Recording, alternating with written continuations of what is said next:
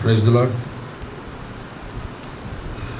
మనం బలలో వేయబడకు మునుపు మన వాక్యానుసారంగా మనల్ని మనం పరీక్షించుకొని ఆ రకంగా మనము సరిచేయబడి మన బలలో వేసినట్లయితే మనకెంతో మంచిది. ఆ రీతిగా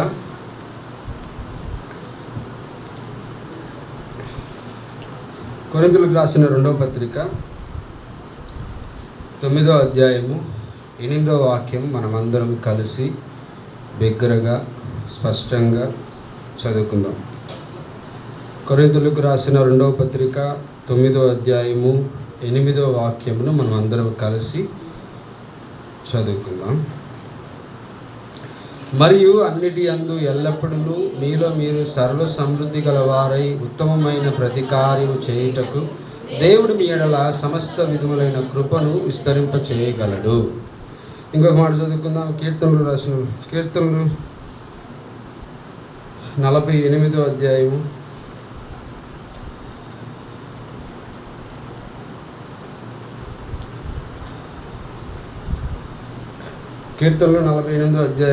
9వ వాక్యం మనం అందరం కలిసి చదువుకుందాం.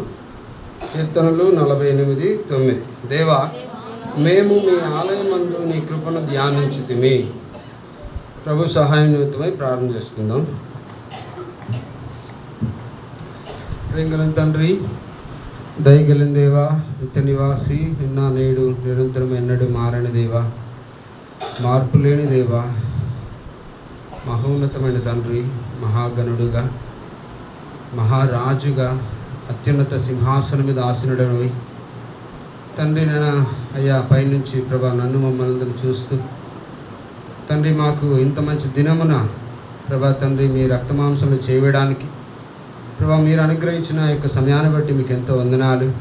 ఆ రీతిగా మీరు ఇచ్చిన వాక్యములను బట్టి మీకు ఎంతో వందనాలు. వాక్యంను ధ్యానిస్తుండగా ప్రభా మీరే సహాయం చేయండి. మీరుండి మాట్లాడుతురండి ప్రభా. తండ్రి మీ దాసుడు ఎందుకు పనికిరాని వాడు ప్రభా తండ్రి, ఏమాత్రం అర్హత లేనివాడు అయ్యా. పరిశుద్ధాత్మ కలిగిన దేవా, మీరుండి ప్రతి ఒక్కరికి కావాల్సిన మాటలను ప్రభా మీరే దయచేస్తారండి.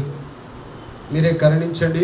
చదువుకున్న భాగాన్ని దీవించండి. ఆశీర్వదిస్తున్నాను వతిలాడుకుంటూ నన్ను నేను తగ్గించుకుంటూ మిమ్మల్ని హెచ్చిస్తూ మా ప్రభు, మా రక్షకుడు ప్రభువైన యేసుక్రీస్తు వారి గొప్ప ఘనమైన నామమున స్తుతిస్తూ ప్రార్థిస్తూ బ్రతిమలాడి వేడుకుంటున్నాను తండ్రి. ఆమేన్. మనం పోయినసారి చూస్తూ వచ్చినాం కృపను ధ్యానించట్లో. కృప గురించి అనేక విషయాలు మనం చూస్తూ వచ్చినాం. అదే రీతిగానే ఈసారి కూడా మనం కృపను గురించి చూడబోతున్నాం. ఈ 2వ కొరింథీయులకు రాసిన పత్రిక 9వ అధ్యాయము 8వ వాక్యం ఒకసారి చదువుమా.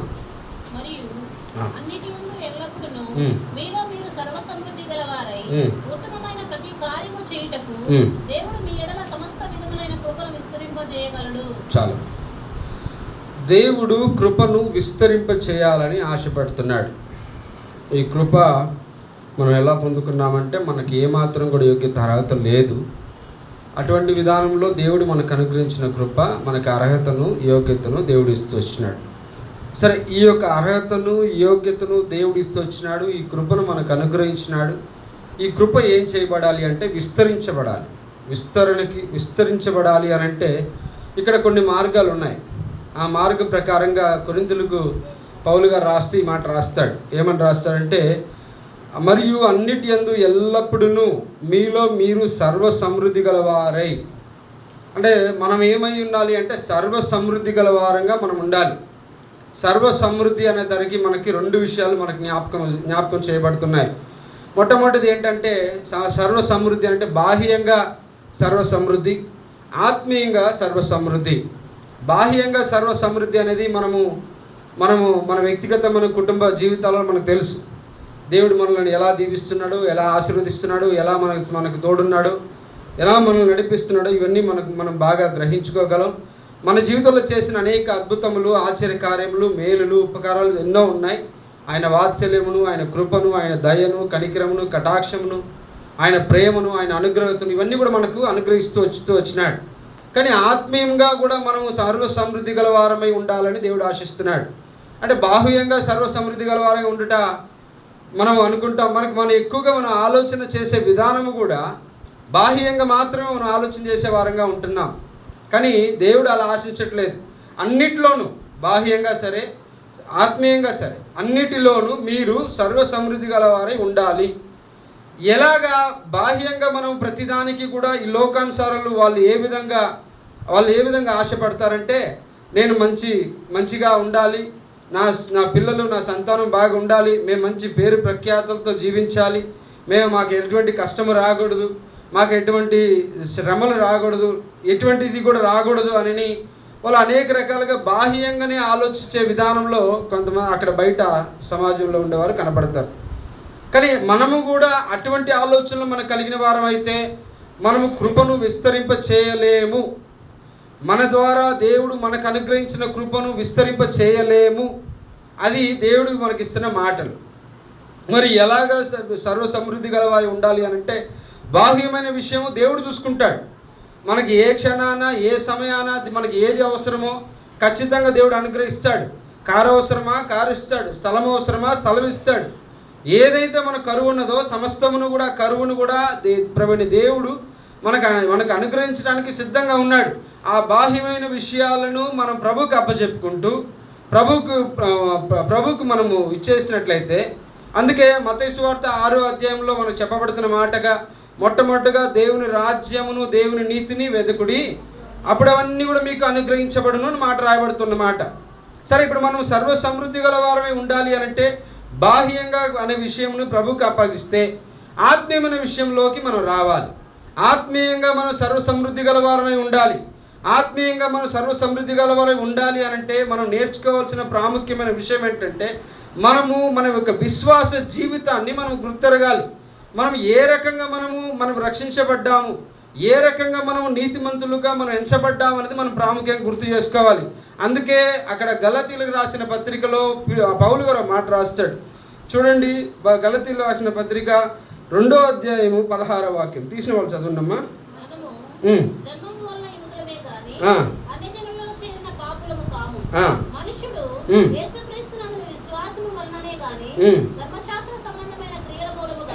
నీతిమంతుడుగా తీర్చబడని ఎరిగి మనమును ధర్మశాస్త్ర సంబంధమైన క్రియల మూలముగా గాక క్రీస్తునందు విశ్వాసము వలననే నీతిమంతులమని తీర్చబడుటకై యేసు క్రీస్తునందు విశ్వాసము ఉంచి ఉన్నాము.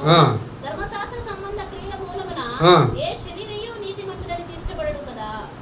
ఏ శరీరయు నీతిమంతుడని తీర్చబడడు కదా.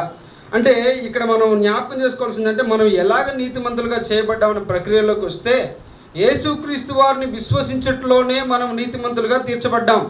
మన యేసుక్రీస్తు వారిని విశ్వసించక మునుపు మన కార్యములు, మన క్రియలు ఎలా ఉన్నాయంటే, ఒకవేళ యేసుక్రీస్తుని విశ్వసించక మునుపు మన ధర్మ కార్యాలు కానీ, మన సహాయ కార్యాలు కానీ, ఎవరినైతే కష్టంలో ఉంటే వాళ్ళని అవన్నీ కూడా లెక్కలోకి రావు. అవన్నీ కూడా మనల్ని నీతిమంతులుగా తీర్చవు. అవన్నీ కూడా మనల్ని రక్షించవు. కానీ మనల్ని ఎవరు రక్షిస్తూ వచ్చినారు అనంటే, యేసుక్రీస్తునందు విశ్వాసం ఉంచిన వారు ఆ విశ్వాసము ద్వారా, దేవుడు అనుగ్రహించిన కృప ద్వారా రక్షించబడుతూ వచ్చినారు. ఆ రకంగానే మనం రక్షించబడుతూ వచ్చినాం. అంటే మన ఆత్మీయంగా మనం ఏం చేయబడతాం? మనం కడగబడ్డాం. శారీరకంగా మనము నీతిమంతులుగా తీర్చబడ్డాం. ఆత్మీయంగా కూడా నీతిమంతులుగా తీర్చబడ్డాం ప్రభు రక్తము చేత. ప్రభు ఈ లోకానికి నన్ను ఎత్తుకులాడుకుంటూ వచ్చి, ఇందాక ఆరాధన వర్తమానంలో మన యందు జాలి, దయ, కరుణ, కటాక్షము, ప్రేమ, వాత్సల్యత ఇవన్నీ మన మీద కుమ్మరించడం ద్వారా మనం ఏం చేయబడ్డాం? ఆత్మీయంగా బాహ్యంగా కడగబడుతూ వచ్చినాం. విశ్వాసమును మనలో కొనసాగింప చేసిన దేవుడు ప్రభువైన యేసుక్రీస్తు వారు. ఆ రకంగానే మనం నీతిమంతులుగా ఎంచబడుతూ వచ్చినాం. ఆ రకంగానే మనం రక్షించబడుతూ వచ్చినాం. ఇది బాగానే ఉంది. కానీ ఆత్మీయంగా ఇంకా మనం సర్వ సమృద్ధి గలవారంగా ఎలా ఉండాలి, ఎలా మనం ముందుకు వెళ్ళాలి అన్నట్లయితే, అందుకే పౌలు భక్తుడు ఇదే మాట మనకు రాస్తూ వచ్చినాడు. చూడండి, గలతీయులకు రాసిన పత్రిక 5వ అధ్యాయం 22, 23, 24 చూడండి.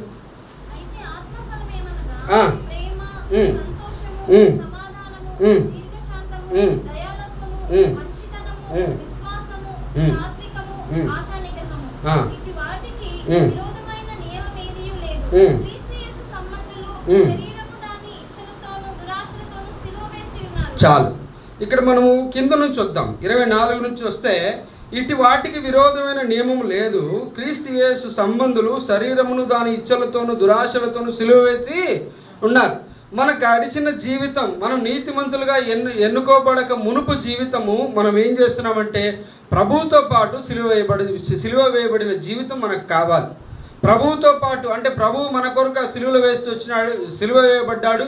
ఆ రకంగానే మనము కూడా మన పాత జీవితాన్ని, మన పాత గతించిపోయిన ఆ పాపపు జీవితం ఏదైతే ఉన్నదో సమస్తమును సిలువ వేయబడే విధానమైన జీవితం మనలో కనిపించాలి. అదే ఆత్మీయమైన జీవితం. ఆ రకంగా సిలువ వేయబడిన జీవితం ప్రకారం మనం ఆలోచన చేస్తే మొదట ఉన్న శాంసన్ ఇప్పుడున్న శాంసన్ తేడా. మొదట ఉన్న విధానానికి, మొదట ఉన్న జీవిత విధానానికి, ఇప్పుడున్న జీవిత విధానానికి తేడా ఏంటి? ఆ తేడా అంటే అదే 22వ వాక్యంలో అక్కడ ఆత్మ ఫలము అనేది మనకు అక్కడ కనిపిస్తుంది.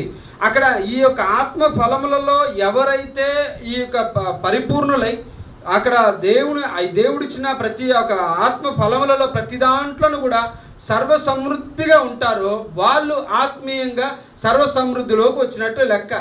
ప్రేమ, తర్వాత సంతోషము, సమాధానము, దీర్ఘశాంతము, దయాళుత్వము, మంచితనము, విశ్వాసము, సాత్వికము, ఆశా నిగ్రహము, ఈ 9 ఫలాలు ఉన్నాయి. ఈ ఆత్మ ఫలంలో 9 కార్యాలు ఉన్నాయి. ఈ 9 కార్యములలోనూ కూడా మనం సర్వసమృద్ధి గలవారమై ఉండాలి. ఆ రకంగా మనం తయారవ్వాలి. ఆ రకంగా మనము సిలువ వేయబడిన వారంగా ఉండాలి.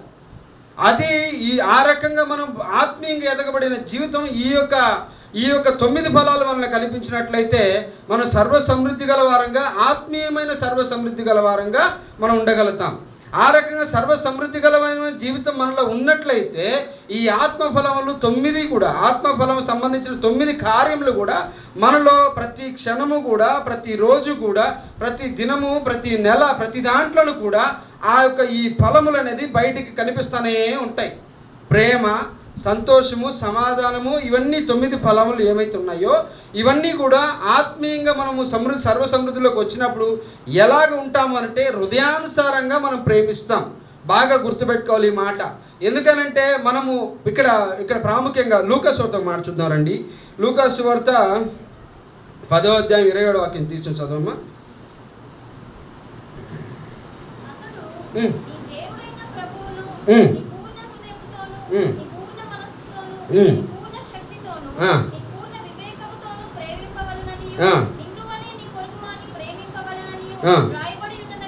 చెప్పాను చూడండి. ఇక్కడ ఏమనుందంటే పూర్ణ హృదయంతోను పూర్ణ మనస్సుతోను, ఈ 2 మాత్రం మనం చూద్దాం. అంటే పూర్ణ మనస్సు, పూర్ణ హృదయం. మనస్సు అనేది ఇది, హృదయం అనేది ఇది. ఈ రెండింటిని మనం కనెక్షన్లోకి కరెక్ట్గా పెట్టుకోగలిగితే ఖచ్చితంగా అది హృదయముతో ప్రేమించినట్లే. ఈ మనస్సును హృదయమును ఒకే దాటిలోకి తీసుకురావాలి. ఈనాడు ప్రతి మనుషుడు కూడా సక్సెస్ లేని జీవితం, తన ఆత్మీయతలో సక్సెస్ లేని జీవితం ఎక్కడైనా ఉంది అంటే ఈ రెండింటిని కనెక్ట్ చేయడంలో విఫలం అయిపోతున్నాడు. మా హృదయమును పెడుతున్నాడు కానీ మనసును ఎక్కడో పెడుతున్నాడు. ఇంకా మనం అర్థమయ్యే రీతిగా మనం చెప్పుకోవాలంటే ఒక తల్లి ఒక కుమారుడిని ప్రేమిస్తుంది. ఆ కుమారుడు ఒక దారిని కిందపడి గాయం తగిలింది అనుకోండి, ఆ తల్లి ఎంతగానో విలవలాడిపోతుంది. అది హృదయానుసారమైన ప్రేమ. అదే తల్లి వేరే తల్లి కుమారుడు కింద పడినప్పుడు ఈ తల్లి ఏమైనా విలవలాడుతుందా? విలవలాడదు కదా. ఎందుకంటే తన బిడ్డ వేరు, వేరే బిడ్డ వేరు. కానీ ఆత్మీయమైన జీవితంలోకి వచ్చిన తర్వాత ఈ ప్రేమ, సంతోషము, సమాధానం, దీర్ఘశాంతము, దయాళత్వం, మంచితనం, విశ్వాసం, ఆశ నిగ్రహము, ఈ సాత్వికం, ఇవన్నీ కూడా మనం ఎప్పుడైతే అనుగ్రహించబడి సర్వసమృద్ధిలోకి మనం వచ్చిన వారమైతే అదే తల్లి ఇంకొక బిడ్డ కూడా కింద పడినప్పుడు తన బిడ్డ మీద చూపిన ఏ ప్రేమ అయితే ఉన్నదో అదే ప్రేమను ఏం చేస్తుంది? చూపిస్తుంది. ఈ రకమైన హృదయానుసారమైన ప్రేమ మనం కలిగి ఉండాలి. ఇది హృదయానుసారమైన ప్రేమ. కానీ మనం ఏం చేస్తామంటే మనసుతో ప్రేమిస్తాం, హృదయమును దూరంగా ఉంచుతాం. లేకపోతే హృదయంతో ప్రేమిస్తాం, మనసును దూరంగా ఉంచుతాం. ఆ రకంగానే మనం ఏం చేస్తామంటే ఆత్మీయమైన జీవితంలో పడిపోవడానికి, ఆత్మీయ జీవితంలో అనేక రకాలుగా మనం ఇంకనూ పడతా లేస్తా అయ్యో ప్రభా నేను దీంట్లో తప్పిపోయినా, అయ్యో ప్రభా నేను దాంట్లో తప్పిపోయినా, ఇవన్నీ మనం చెప్పుకున్నట్టు ఏంటి అని అంటే ఈ రెండింటిని కనెక్ట్ చేయట్లా. మన హృదయం మన మనసుని ఏం చేయట్లా, కనెక్ట్ చేయట్లా. మన మైండ్ని ఒక దగ్గర పెడుతున్నాం, హృదయం ఇక్కడ పెడుతున్నాం. కానీ మందిరానికి రావాలి అనేది హృదయం, కానీ సమయానికి రావాలనేది కూడా హృదయమే. కానీ మనం ఏం చేస్తాం? మందిరాన్ని ప్రేమించట్లో మనం ఏం చేస్తున్నామంటే మనసుతో ప్రేమిస్తున్నామేమో. మందిరంలో ఉన్న సహోదరులు కానీ సహోదరులను కానీ లేకపోతే ఈ లోకంలో ఉన్న ప్రపంచంలో ఉన్న సమస్త జనులను కానీ మనసుతో ప్రేమిస్తున్నామేమో. జాగ్రత్త, హృదయానుసారంగా ప్రేమించాలి. దేవుణ్ణి అదే రీతిగా ఏ రకంగా మనం ప్రేమిస్తున్నామో అదే రకంగానే ప్రపంచం అంతటిని కూడా అందరినీ కూడా అదే రకంగా ప్రేమించాలి.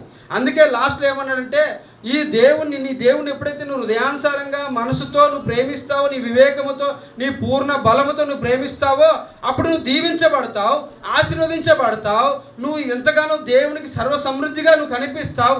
అప్పుడు నిన్ను వల్ల నీ పొరుగువారిని ప్రేమించు. ఇది అక్కడ రాయబడుతున్న మాటకి అర్థం. మరి ఆ రకంగా మన జీవితం ఉందా? ఆ రకంగా మనం ఆత్మీయంగా మనం ఎదిగే వారంగా ఉన్నామా?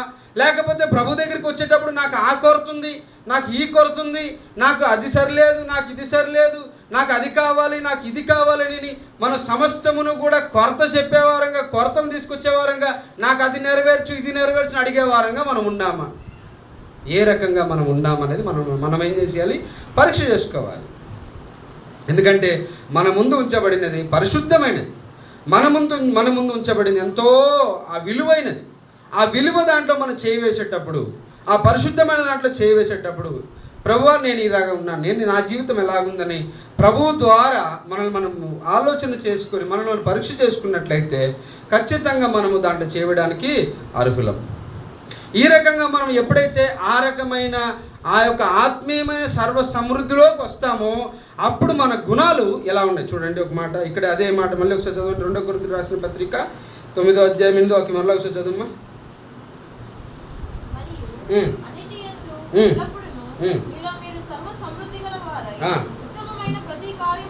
చాలుమా. ఉత్తమమైన ప్రతి కార్యము చేయుటకు. ఎప్పుడైతే మనం ఆత్మీయంగా సర్వ సమృద్ధిలోకి వస్తామో అప్పుడు మనము చేసే ప్రతి కార్యము కూడా ఉత్తమమైనది.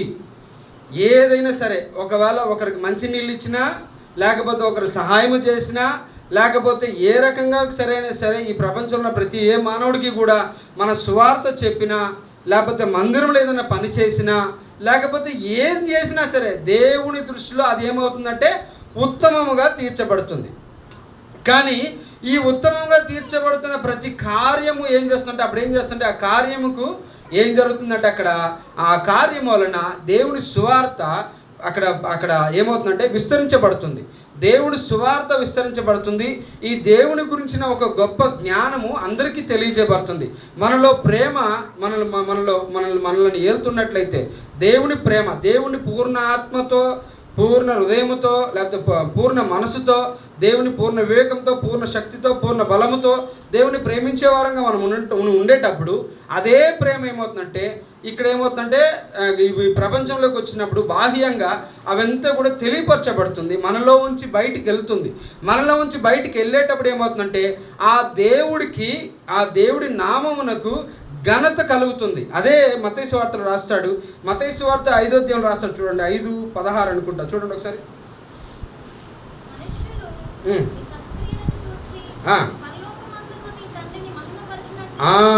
చూడండి, మనుషులు సత్క్రియను చూచి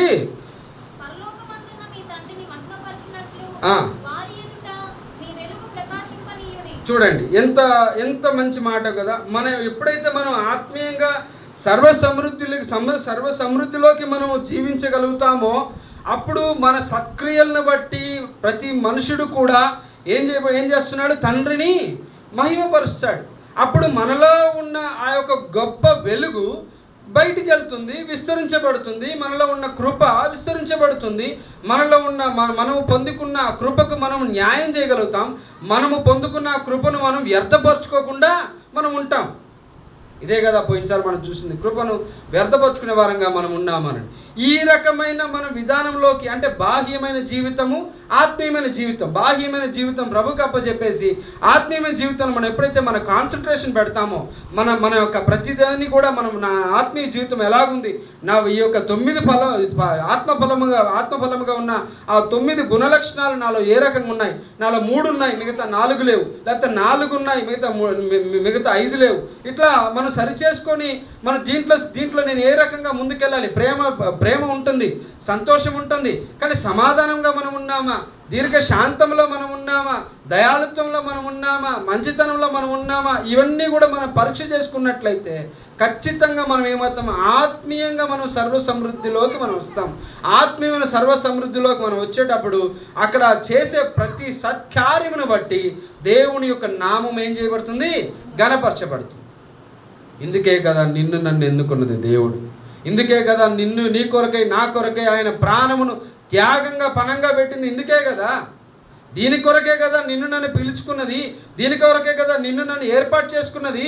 ఆయన నామము ఘనత చేకూర్చే విధానం ఇదే కదా. తెలియకపోతే తెలుసుకుందాం, మార్చుకుందాం, సరిచేసుకుందాం. పరిశుద్ధమైన దాంట్లో చేయవేయబోతున్నాం. మనల్ని మనము సరి చేసుకొని జ్ఞాపకం చేసుకొని ప్రభు దగ్గర క్షమాపణ అడిగి, ప్రభు నేను ఈ రకంగా లేనేమో అని చెప్పి మనల్ని సరి చేసుకున్నట్లయితే ప్రభు ఎంతో సంతోషిస్తాడు.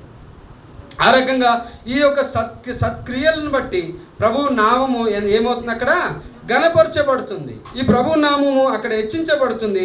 అంతే మాత్రం కాకుండా ఇంకొక మాట ఉంది. ఇంకొక మాట మనం చూద్దామండి. ఇదే లూకాసు సువార్తలో ఒక మాట ఉంది చూడండి. లూకాసు సువార్త 14:14 చూడండి, లేదా 14:12 నుంచి చదవండి ఒకసారి.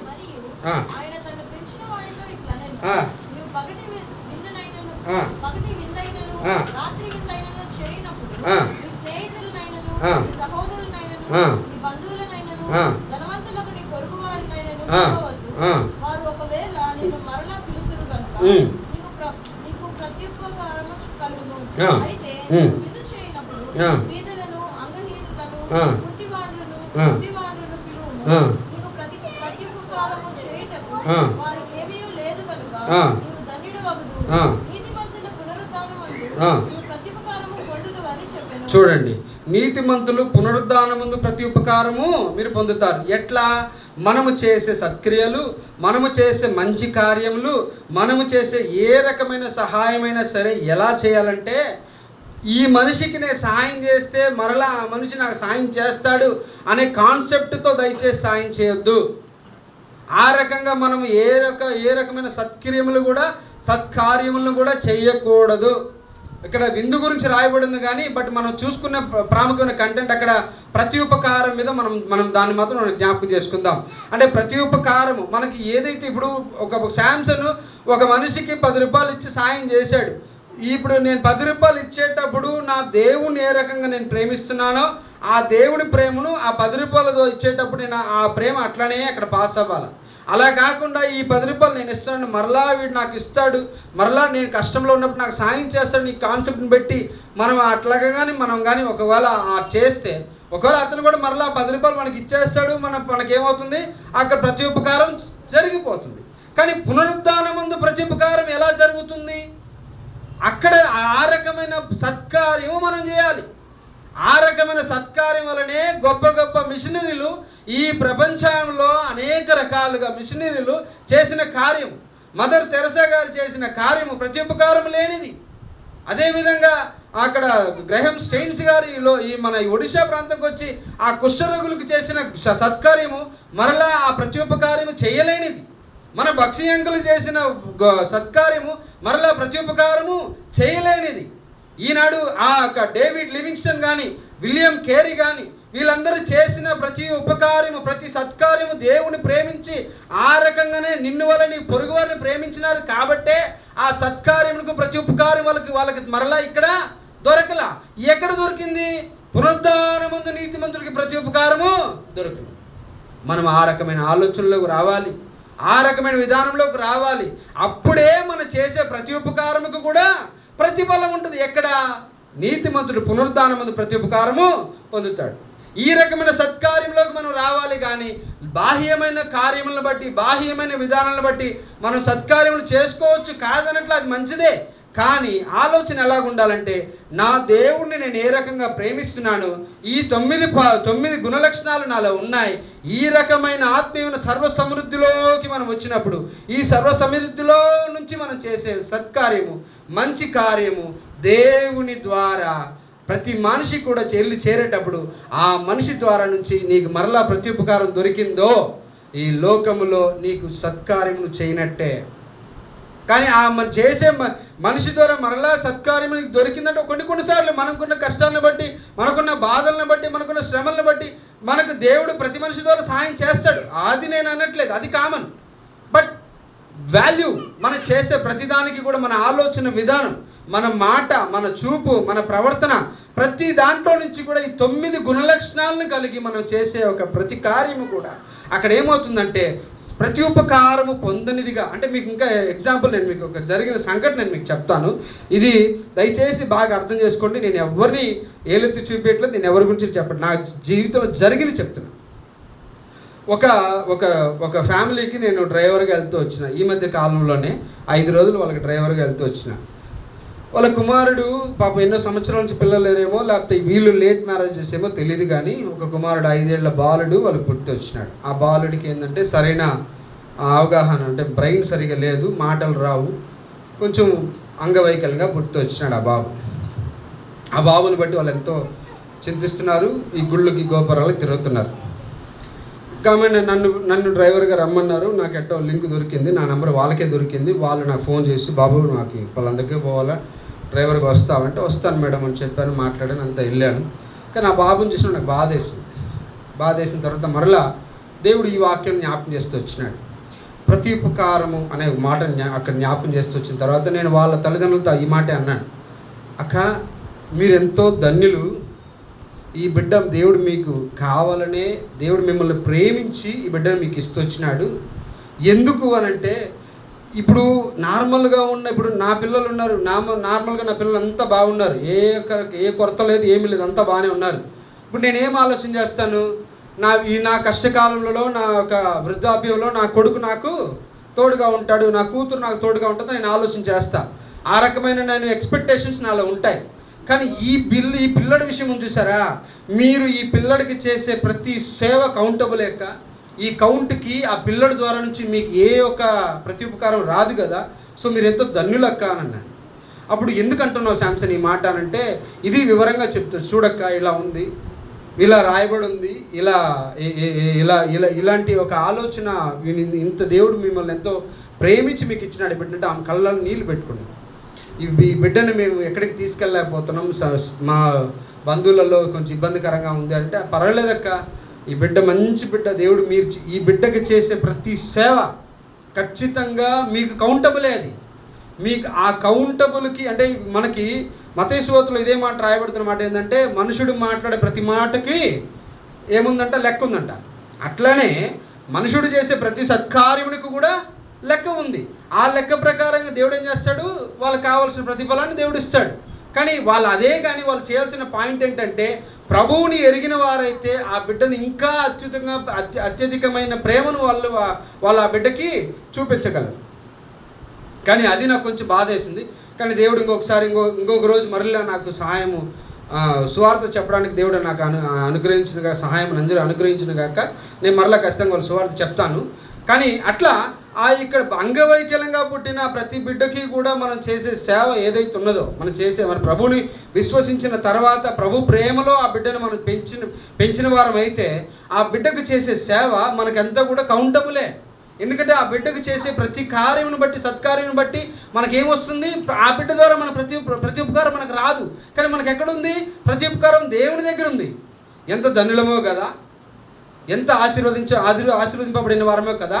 అట్లనే ఈ ప్రపంచానికి సువార్త మోసుకుంటూ వచ్చిన తోమా గారు నుంచి చూస్తే అనేకులు ఎంతోమంది హతసాక్షులు అవుతూ వచ్చినారు. ఎంతోమంది ఈ సువార్తను మోసుకుంటూ వచ్చి ఎంతోమందికి ఎన్నో రకాలుగా సేవ చేస్తూ వచ్చినారు. నేను మొన్న ఇటీవల కాలంలో బాపట్ల ఊరికి పోయినప్పుడు చీరాల దాటిన తర్వాత స్టూవర్ట్పురం ఆ ఊరు చూశాను. ఆ ఊరు చూసినప్పుడు ఆ ఊరు గుర్తు బాగా జ్ఞాపకం వచ్చింది. ఆ స్టూవర్ట్పురం అంటే ఆయన పేరే పెట్టేశారు ఆ ఊరికి సేవ చేయడానికి వచ్చిన ఆయన పేరు స్టూవర్ట్, ఆయన పేరే పెట్టేసినారు అక్కడ. ఇట్లా ఎంతోమంది వాళ్ళు చేసిన సేవలు, ప్రతి ఉపకారం ఈ లోకంలో వాళ్ళు బాహ్యంగా పొందలేదు, కానీ అక్కడ పునరుద్ధానంలో ప్రతి ఉపకారం వాళ్ళు పొందుకుంటున్నారు. అటువంటి ఒక ప్రతి ఉపకారాన్ని మనం పొందుకోవాలి.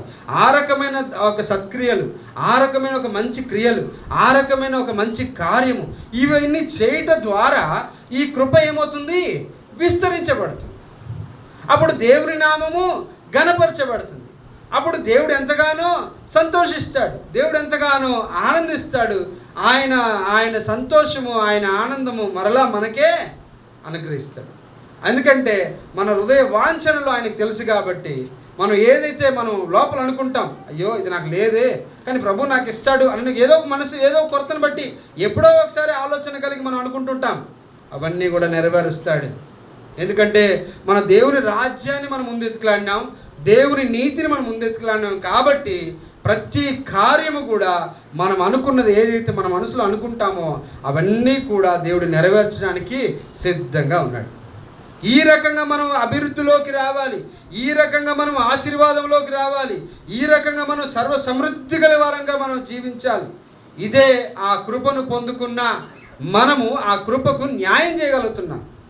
లేకపోతే ఆ కృపను పొందుకున్న మనము ఆ కృపను మనము తిరస్కరించి, అయ్యో ఈ కృప నాకు అర్థం కాలేదు, మన ఈ కృప నాకు ఎందుకు ఇవ్వబడిందో మనం తెలుసుకోక మనం తోసిపుచ్చినట్లయితే మనకి ఇవ్వబడిన కృప వ్యర్థపరచబడుతుంది.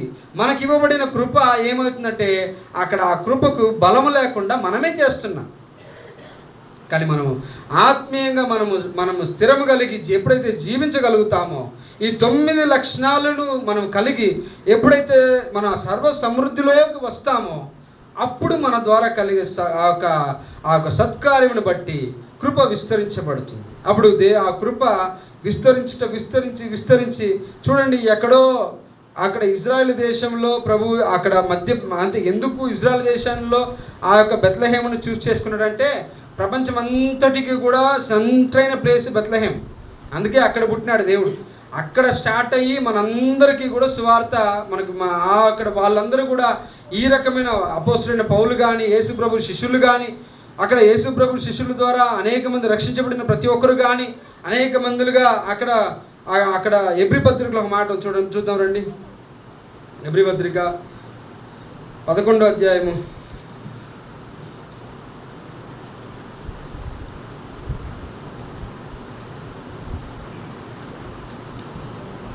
చివరి వాక్యం చదువు ఒకసారి. వీరందరూ తమ విశ్వాసము ద్వారా సాక్ష్యం పొందిన వారైనను మనము లేకుండా సంపూర్ణులు కాకుండా నిమిత్తము దేవుడు మన కొరకు మరి శ్రేష్టమైన దాన్ని ముందుగా సిద్ధపరిచాడు. ఒక్క సెకండ్ నాన్న, 35 నుంచి చదువునానా. స్త్రీలు మృతులైన తరువాత తమ వారిని పునరుద్ధానం వలన మరలా పొందిరి, కొందరైతే శ్రేష్టమైన పునరుద్ధానం పొందగోరి విడుదల పొందనొల్లక యాతన పెట్టబడింది. ఒకటి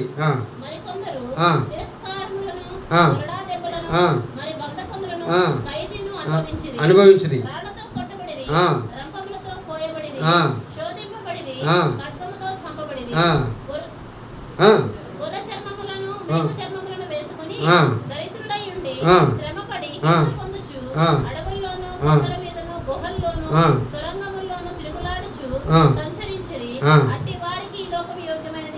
ఈ లోకము యోగ్యమైనది కాదు. చూడండి, వీళ్ళందరూ కూడా ఏమైనారంట, ఈ యొక్క సత్కార్యమును వీళ్ళందరూ చేసినారు. వాళ్ళు ఈ సత్కార్యము కొరకు ఎక్కడ పునరుద్ధానమందు ప్రతిఫలం పొందడానికి వీళ్ళందరూ ఏమైతే వచ్చినారంటే విశ్వాస వీరులు.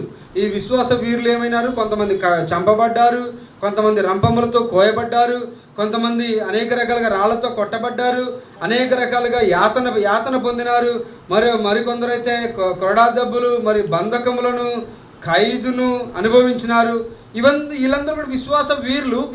ఈ విశ్వాస వీరులు ఎందుకంటున్నామంటే వీళ్ళు ప్రతి ఉపకారము పునరుద్ధానంలో వీళ్ళకున్నది. ఆ రకమైన ఆ పునరుద్ధానంలో ఉన్న ప్రతి ఉపకారము మీద ఆలోచన కలిగి ఆ రకమైన అది నాకు కావాలా, ఈ లోకానుసరమైన ప్రతిఫలం నాకు వద్దు, ప్రతి ఉపకారం నాకు వద్దు అని చెప్పి ఆ రకమైన ఆ ఒక ప్రతి ఉపకారం మీద ఆలోచన కలిగి, ఆ ప్రతి ఉపకారం మీద ఆశ కలిగి, ఆ ప్రతి ఉపకారం మీద ఆ ప్రతి ఉపకారం పైన నమ్మకం ఉంచి విశ్వాసముతో ఈ లోకంలో జీవించి హతము చేయబడుతూ వచ్చినారు. ఇది విశ్వాసపు వీరుల యొక్క పట్టిక. ఈ విశ్వాసపు వీరుల యొక్క పట్టికలలో మన పేరుందా? మనము ఈ రకమైన ఆలోచనలో ఉన్నామా?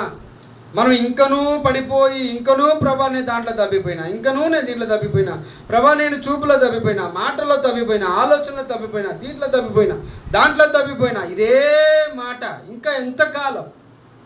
ఇంకా ఎంతకాలం మనము పరిశుద్ధత పైన పరిశుద్ధత మనము పొందాలి. కృప వెంబడి కృప, రెడీగా. ఒక కృప నెరవేర్చబడిన తర్వాత నెక్స్ట్ ఇంకొక కృప రెడీగా ఉండాలి. ఆ కృప నెరవేర్చబడిన తర్వాత ఇంకొక కృప రెడీగా ఉండాలి. ఆ కృప తర్వాత ఇంకొక కృప. ఇట్లా కృప వెంబడి కృప. ఎప్పుడు మనం అనుభవించేది, ఎప్పుడు మనం చేసేది, ఎప్పుడు కృపను మనం విస్తరింపజేసేది, ఎప్పుడు ఈ కృపను పొందుకున్న మనము దేవుని నామమును, తండ్రిని గణపరిచేది.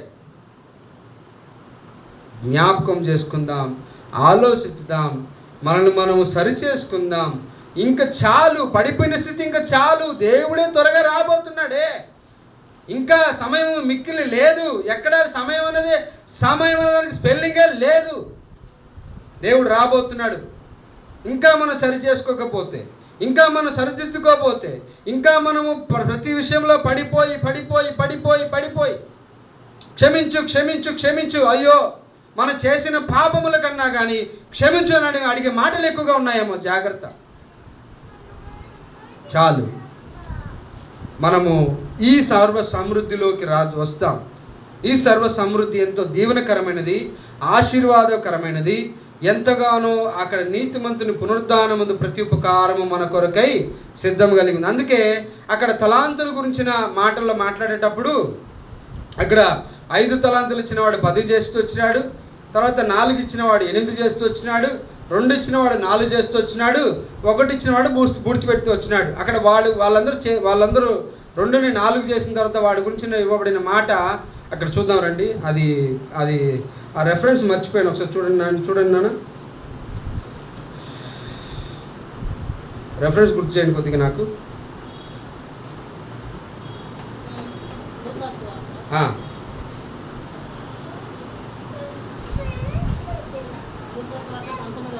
పంతొమ్మిది అధ్యాయం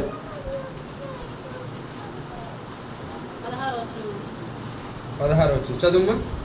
మొత్తివాడు ఆయన ఎదుటికి వచ్చి, అయ్యా నీ మీనాల వలన 10 మీనాలు లభించినని చెప్పగా, అతడు బడా మంచి దాసుడా, నీవి కొంచెంలో నమ్మకముగా ఉంటివి కనుక 10 పట్టణముల మీద అధికారమై ఉండమని వానితో. చూడండి, ఇక్కడ ఎవరైతే విశ్వాసపు వీరుల పట్టికలలో ఉన్నారో వాళ్ళ గురించిన పరలోక రాజ్యం చెప్పబడుతున్న మాటలు ఇక్కడ ఉన్నాయి.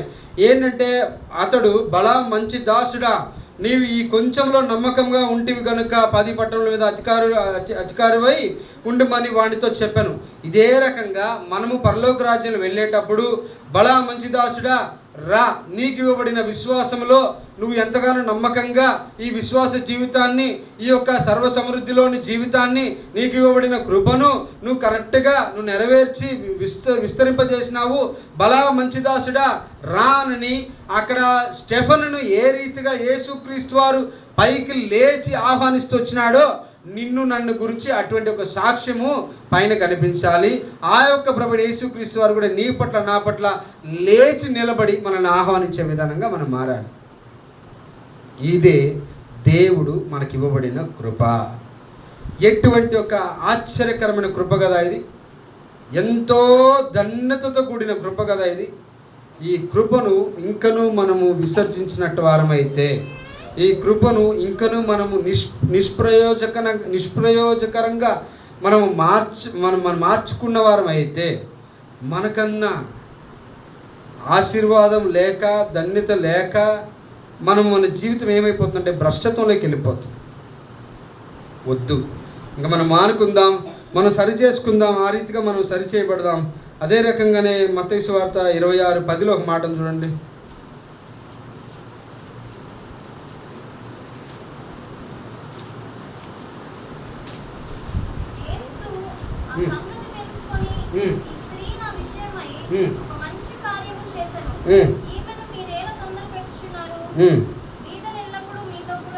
చాలమ్మా, 26:10 కదా.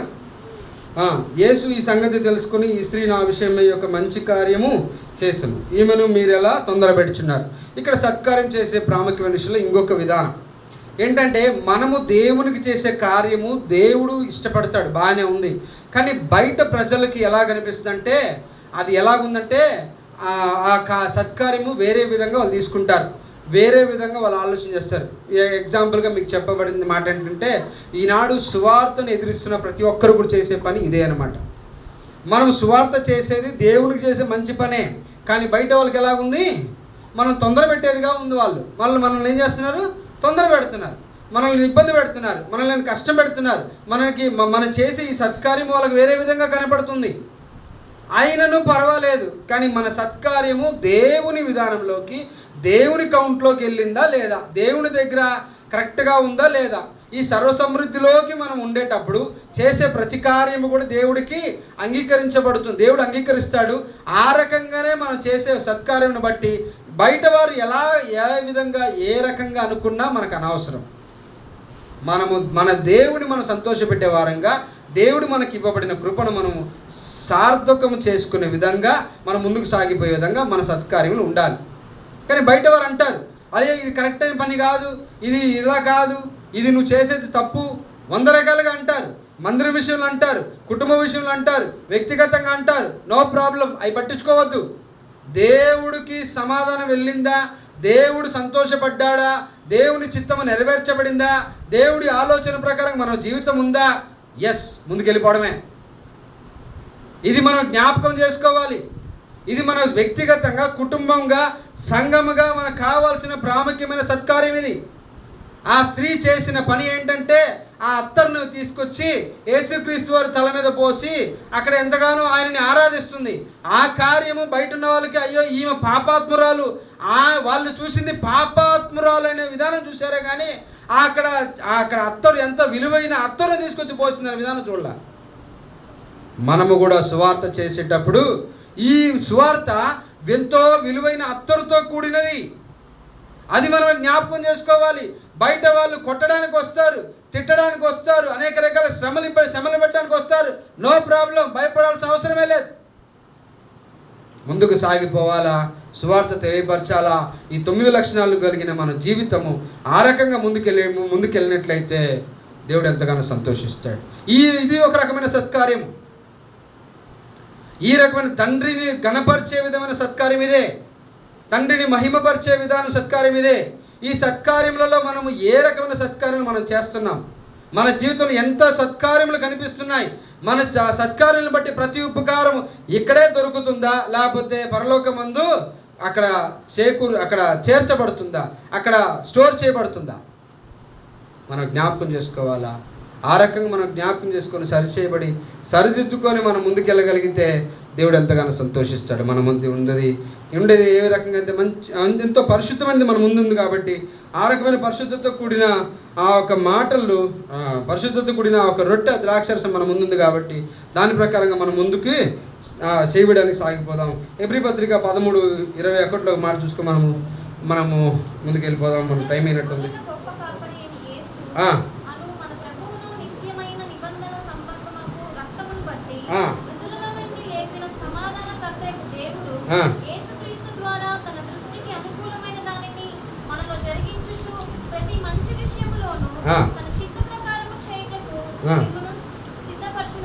చూడండి, దీనికి మనం సిద్ధపడిపోవాలి, రెడీ అయిపోవాలి. ప్రభువా, మనల్ని మనం ఏం చేసేయాలి, ఏం చేసుకోవాలంటే సరిచేసుకొని సరిదిద్దుకొని సమర్పించుకోవాలి. ప్రభుకి పూర్తిగా సరెండర్ అయిపోవాలి.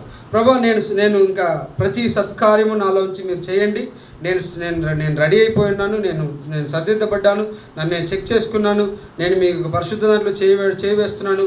నేను ఇంక మీదట ప్రభా మీరు ఇవ్వబడిన ప్రతి ఆజ్ఞని బట్టి నేను కరెక్ట్గా నేను ముందుకెళ్ళిపోతాను ప్రభా ఇంకని చెప్పి మనం ఎప్పుడైతే సరెండర్ అయిపోతామో దేవుడు నెక్స్ట్ మనకి ఇస్తున్న మాట ఏంటంటే 21లో చూడండి, యేసుక్రీస్తు ద్వారా తన దృష్టికి అనుకూలమైన దానిని మనలో జరిగించుచు ప్రతి మంచి విషయములోను తన చిత్త ప్రకారము చేయుటకు మిమ్మల్ని సిద్ధపరచును గాక. మనం రెడీ అయిపోతాం. ఎస్ ప్రభా, నేను సరెండర్ అయిపోతాను. ఎలా సరెండర్ అవ్వాలంటే రోమా 12:1 ప్రకారంగా మరలా చూద్దాం. రోమా 12:1. రోమా 12:1.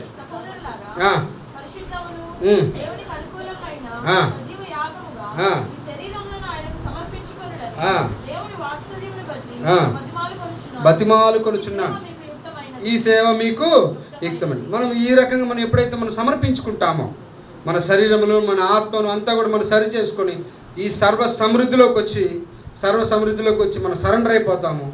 ప్రభా నాకు సాయం చేయి, నీ సర్వ సమృద్ధిలోకి నేను కూడా రావాలి, నేను కూడా సిద్ధపడాలి. నేను కూడా ప్రభా తండ్రి ఇంకా నా పడిపోయిన జీవితాన్ని అనేక విధాలుగా ప్రభా పడిపోయినాను ఈ క్షమాపణలోనే ఉన్నాయి ప్రభా.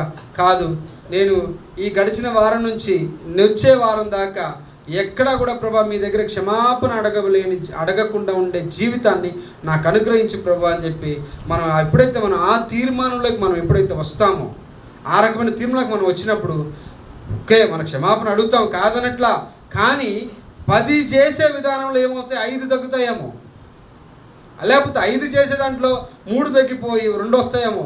అట్లా ఒక స్టెప్ బై స్టెప్ మనం ఏం చేద్దాం, మనం సరి చేసుకొని క్లియర్ అయిపోతాం. పాత రోజుల్లో ఈ విశ్వాసం వీరులు చేసింది ఇదే.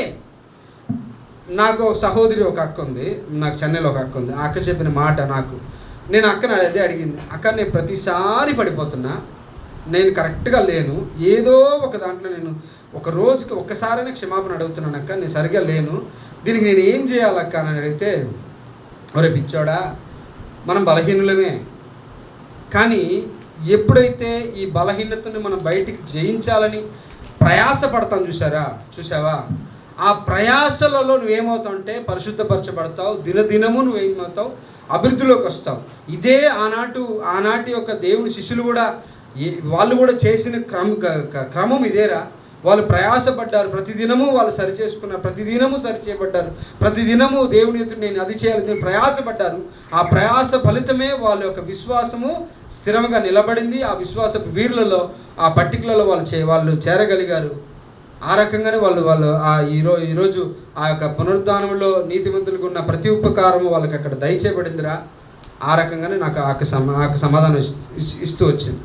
అదే రకంగా మనము కూడా దేవుడు మన మీద ఎంత జాలి ఎంత దయ చూపించినాడో తెలుసా, ఇంకా మన మీద నమ్మకం పెట్టినాడు, ఇంకా మన మీద ఆయన కృపను అనుగ్రహిస్తూనే ఉన్నాడు. ఇంకా ఈ క్షణం వరకు కూడా ఆయన మన మీద నమ్మకం పెట్టినాడు. నా పిల్లలు పడిపోరు, వస్తారు, నిలబడతారు, గెలుస్తారు, ఆత్మీయమైన జీవితంలో బాహ్యంగా కానీ ఆత్మీయంగా సర్వసమృద్ధిలోకి వస్తారని ఎదురు చూస్తున్నాడు.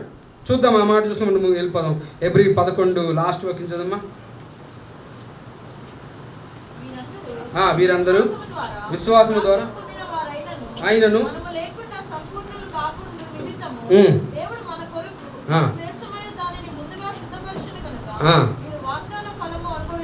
వీరందరూ వెళ్ళిపోయినారు.